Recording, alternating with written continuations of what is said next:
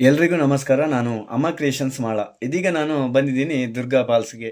ಕಾರ್ಕಳದ ತೆಲ್ಲಾರಿನ ಹತ್ರ ದುರ್ಗಾ ಫಾಲ್ಸ್ ಇದೊಂದು ಪ್ರಕೃತಿ ದತ್ತವಾಗಿ ಕಾಣಸಿಗುವಂತಹ ದೃಶ್ಯ. ಮಳೆಗಾಲದಿಂದ ಈಗಿನವರೆಗೂ ಕೂಡ ಒಂದು ಬಂಡೆಕಲ್ಲಿನ ಮೇಲೆ ನೀರು ಹರಿಯುವಂತಹ ದೃಶ್ಯ ಮನಸ್ಸಿನಲ್ಲಿ ಯಾವುದೇ ನಮ್ಮಲ್ಲಿ ಆಲೋಚನೆಗಳು ಇದ್ರೂ ಕೂಡ ಮಾಯವಾಗಿ ಒಮ್ಮೆ ಇತ್ತ ಕಡೆ ನೋಡುವ ಅಂತ ಅನಿಸುತ್ತೆ. ಬಂಡೆಗಲ್ಲಿನ ಮೇಲೆ ಬೇರೆ ಬೇರೆ ರೀತಿಯಲ್ಲಿ ಪ್ರಕೃತಿದತ್ತವಾಗಿ ಸಿಗುವಂತಹ ಚಿತ್ರಣಗಳು ನೋಡ್ಲಿಕ್ಕೆ ಮನಸ್ಸಿಗೆ ತುಂಬಾ ಖುಷಿಯನ್ನು ನೀಡುತ್ತವೆ.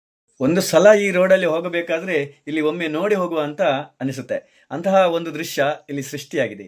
ಎಷ್ಟೋ ಪ್ರವಾಸಿಗರು ಕೂಡ ಇಲ್ಲಿ ಬಂದು ಹೋಗ್ತಾ ಇರ್ತಾರೆ.